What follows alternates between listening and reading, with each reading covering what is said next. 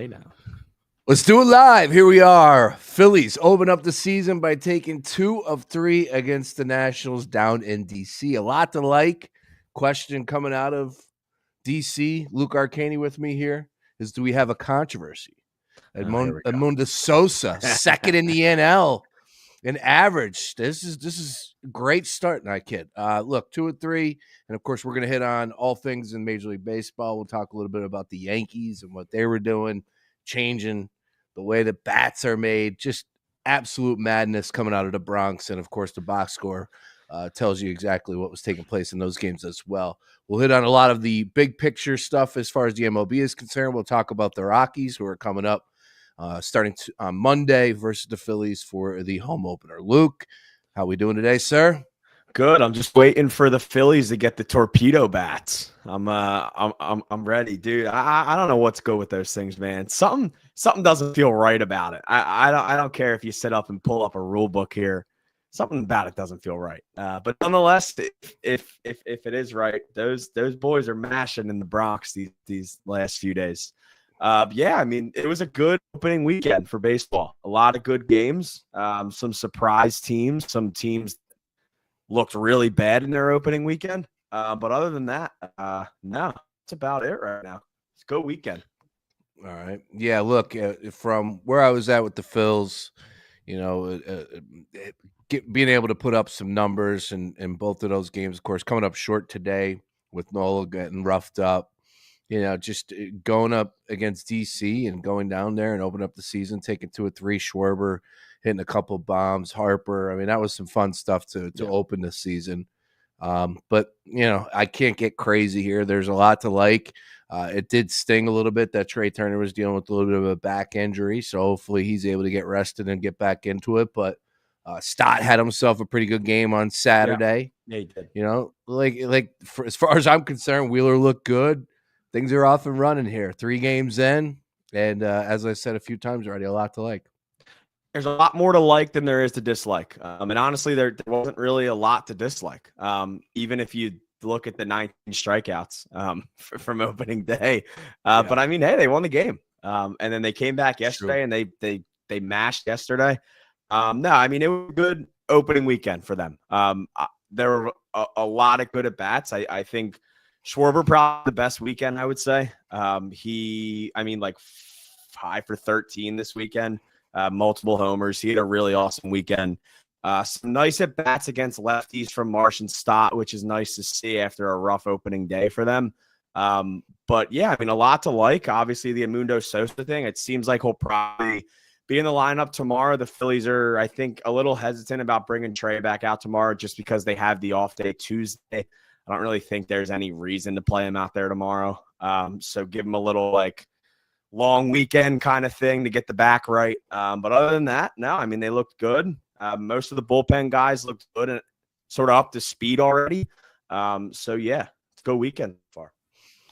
Phillies will be taking on the Rockies tomorrow, and then the DraftKings odds are already on the board. -238. Christopher Sanchez getting to start.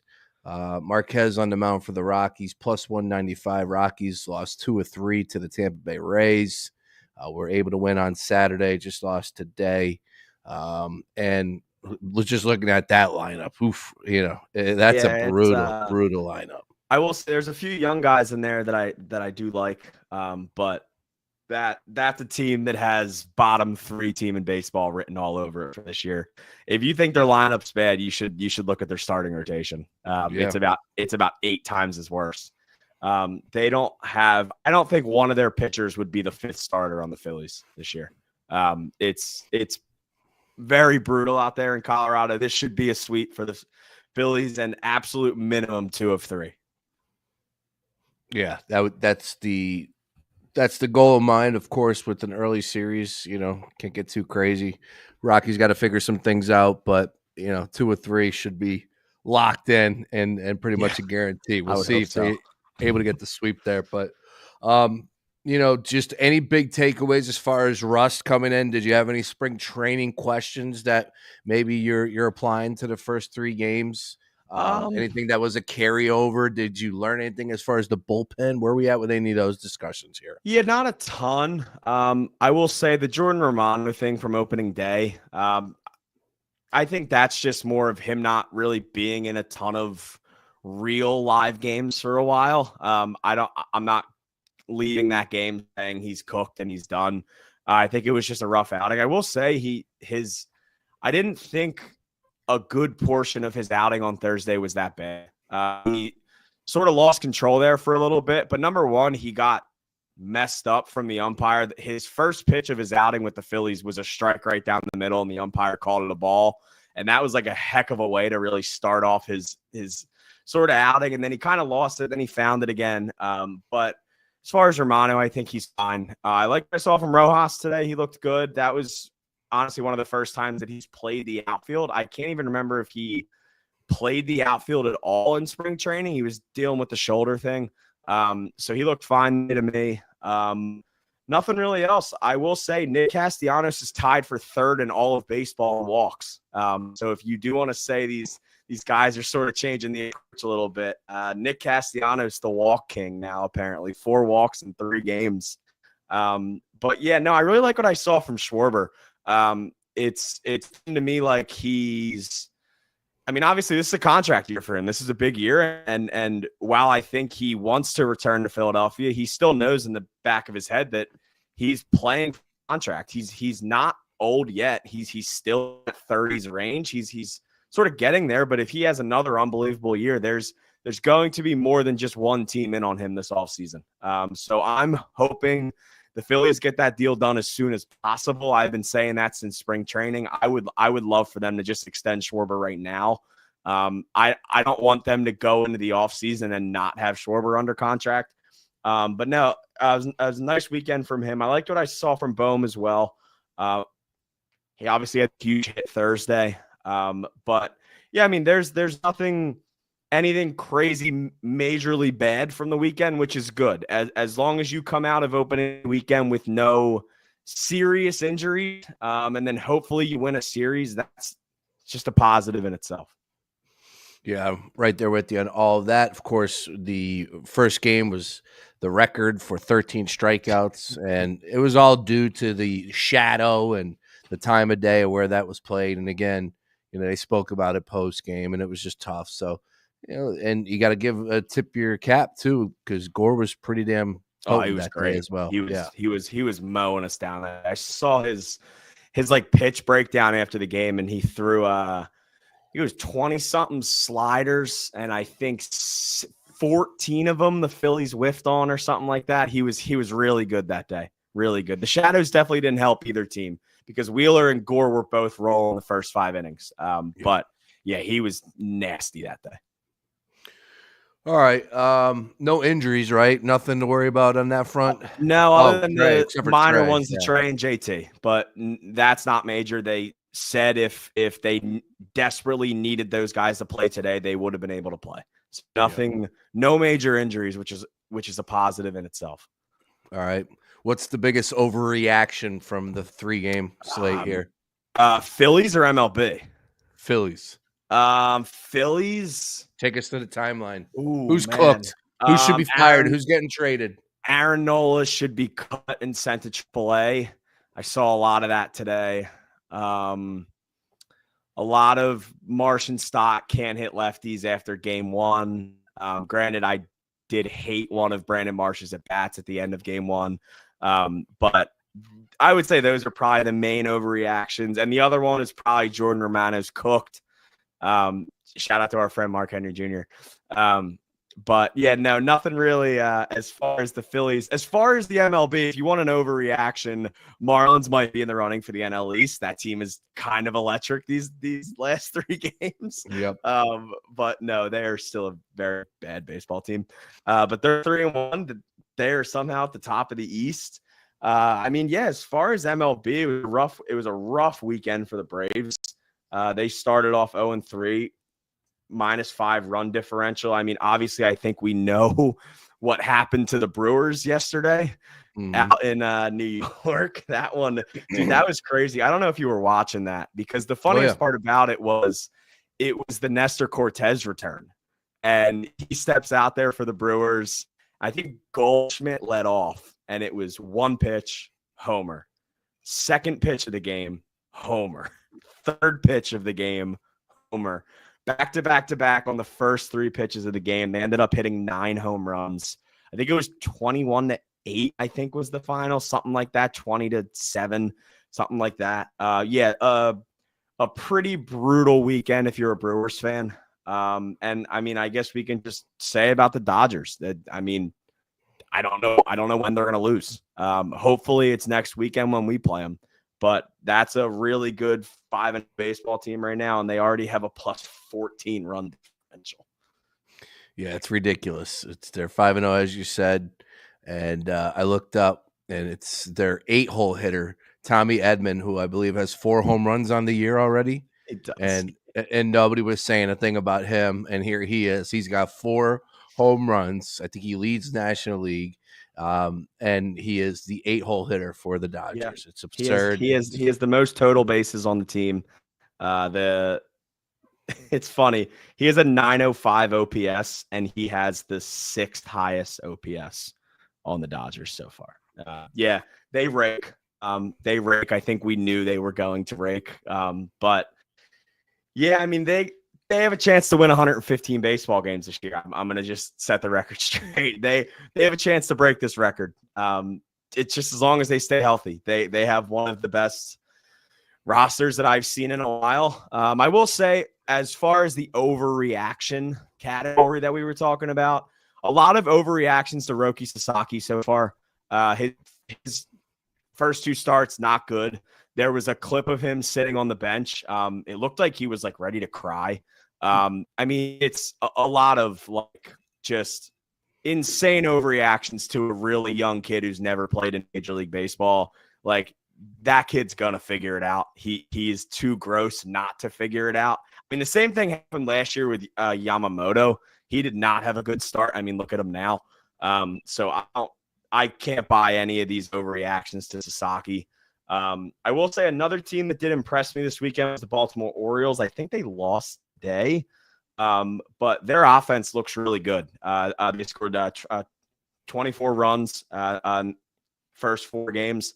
That's a lineup for me. I thought got let down by their GM this offseason because they have a sick lineup and they just don't go in on the pitching like they need to. They obviously let Corbin Burns walk, and they didn't really get better in their rotation or their bullpen. But that's a good lineup. So they had a nice weekend as well. No, you're right. And I would say from Baltimore's perspective, it was really difficult what they did last year. And, you know, if anything, you should have rewarded them. I know they came up just short as far as the division title was concerned, but it's still a great season for them. And to lose a big piece to their pitching rotation, to you know, the backbone of their team, just a real tough pill to swallow for Baltimore Oriole fans. But you already know what your ownership is, so it should have been no surprise. And you know, it's just unfortunate because you have to bring it in that division. It's that good. How about, speaking of that division, let's talk about the Boston Red Sox with Devers, who was my AL MVP selection. Starts the season off 0 for 12, or no, 0 for 16 with 12 strikeouts. 0 for 16 with 12 strikeouts right now. It's insane. He can't hit anything right at all. He couldn't hit a beach ball with a tennis racket right now. Nope. Yeah, that dude's struggling. But hey, you know, he is a DH, Sean. He is not a DH. He's a third baseman. That's what he said. He should probably focus on hitting the ball right now. Because if the Red Sox want to go anywhere, he can't go. Wow, yeah, he's 0 for 16 with 12 strikeouts. Yeah, about as bad as it gets. 12 strikeouts. Yeah, that's bad, man. Bad weekend for the Red Sox. Obviously, if your star players playing like that, it's a little tough for you to win. Yeah, I will say nothing really else. I will say, as far as, I can't even call them Oakland. I almost said Oakland, but they're not Oakland anymore. It's funny. If you actually look at the ESPN app, all the teams have their city and name. And if you look at the Athletics, it's literally just the Athletics. Doesn't have a city next to it anymore. They're just the Athletics. I liked what I saw from them this weekend. The Athletics were my very insane long shot to go over 500. They have a sneaky little lineup. They had a nice weekend at the plate. But other than that, St. Louis, I thought, also had a good weekend. But nothing like absurdly crazy from the start of the weekend yet. Well, the only thing that was crazy was the bats that the Yankees rolled out. Yeah. And not everybody used them. It's a crazy, crazy story. They're calling them torpedoes. They look like bowling pins. And they were able to go out there and mash. They hit 4 more home runs today. They had 15 home runs in the first 3 games. It's a really crazy story on MLB.com. Actually, if you go to MLB.com right now, when I did before we started recording here, out of the 10, 1, 2, 3, I think there was 4 articles. I like the first 10 articles about the bats and, of course, what Yankees were able to do, because it was pretty damn impressive, specifically Aaron Judge. But the bat issue for me is like it started with Anthony Volpe, and he barrels up the ball. He hits the ball consistently in one spot. So Victus and this dude that was a assistant manager, or so I forget exactly what his title. He was with the Yankees. He was like a scout. He's a analytics department. Yeah, so scout. I just saw this right here. It's the Yankees. It's an MIT physicist. Yeah, Lenny. now he's with the Yeah. Marlins, and he came up with this scheme.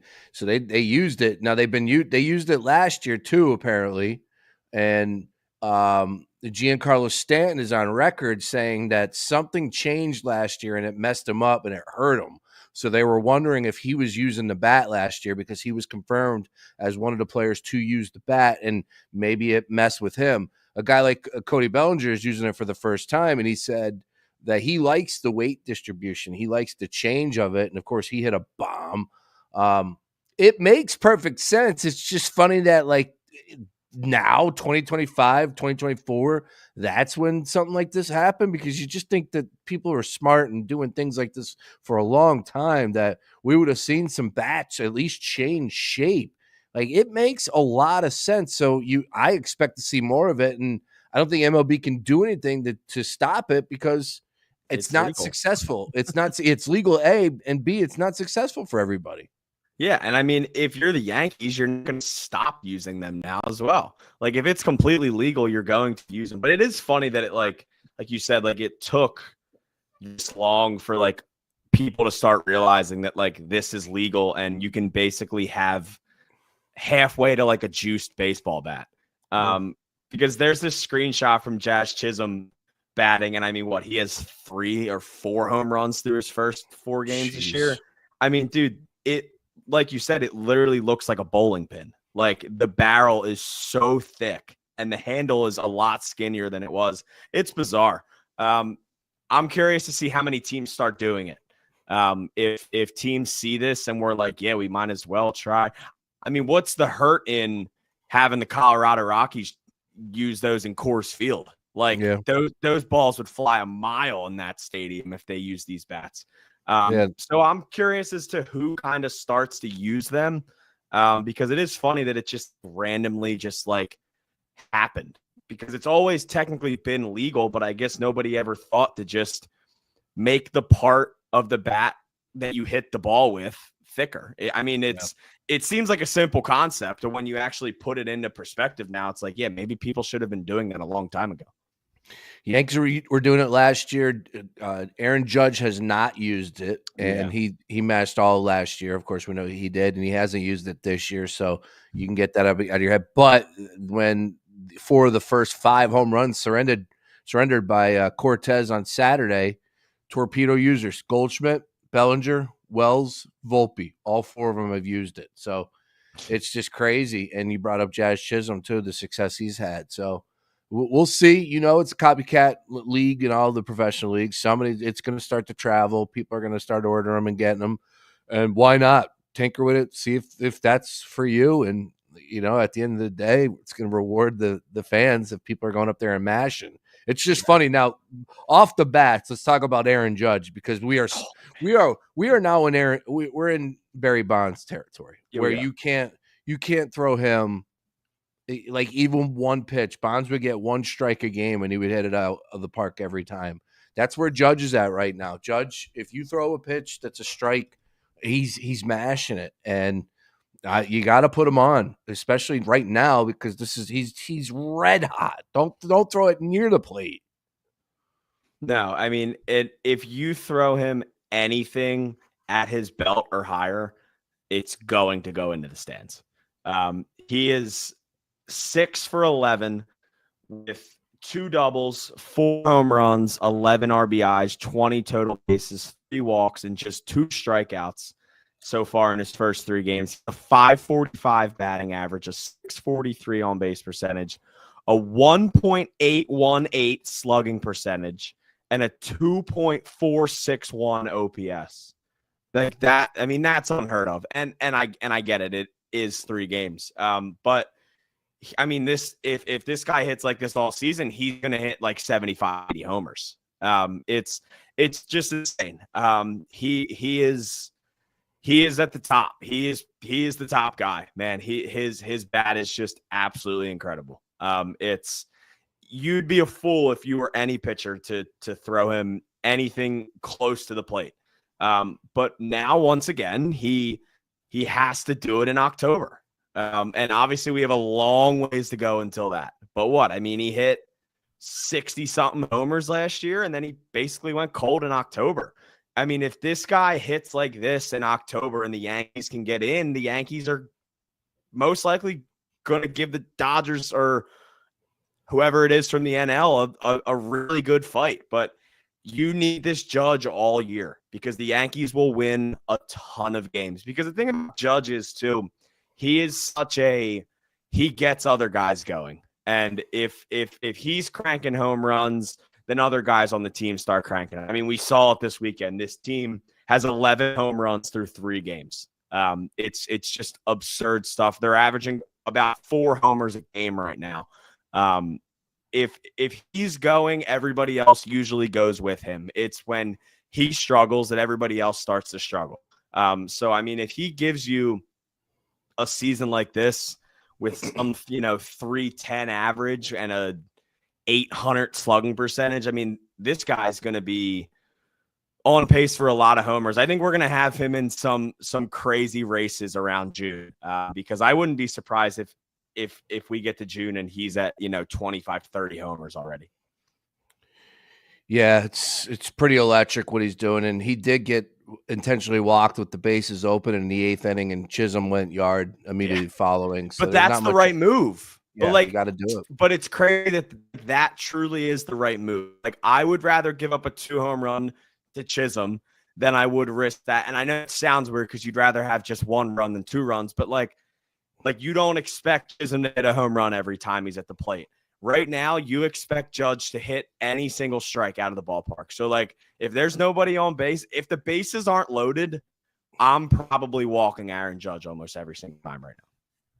Aaron Judge minus 105 to win the American League MVP. Why not? National League, anything over there? No, they don't even have the National League up right now because we got a game in action currently in progress. Cy Young over to the AL. Skubal plus 380. Crochet, I don't think much 4-1 changed there. Yeah. Nothing from the pitchers because it's really just 1 game at this point. I don't think any pitcher other than Dodgers and Cubs have thrown more than 1 start. Yeah. So nothing's really changed on that front. But man, if you can get if anybody can find a number in the plus Aaron Judge right now, I would take it. Like, and obviously now, last few years with no Shohei, it's just way easier for Judge to win it. I picked Bobby Witt at the beginning of this season because I think he's going to have a 3-15 year with probably 30 homers, 100 RBIs, and 40 stolen bases. But it's hard to beat a guy that goes out and hits like 60 home runs a year. And I mean, that's what Judge is probably going to do again. Yep. Well, a hell of a weekend. Great way to start it. Of course, Phillies and Rockies, 3 p.m. on Monday. Looking forward to covering it all week long with you, Luke. We'll be all over it right here on The Gambler. And, of course, you can read Luke Arcaini over at crossingbroad.com. All right, look, we will be back tomorrow recapping the home opener. We will be talking all things Phillies big picture, and of course talking a little bit more about those torpedo bats. I would assume that they're going to be that's going to be bringing some national attention on the talk, the radio waves, of course, television. All media is going to be all over that on Monday, so I look forward to seeing those takes. But for Luke Arcaini, I'm Sean Brace. Keep it locked right here to The Gambler.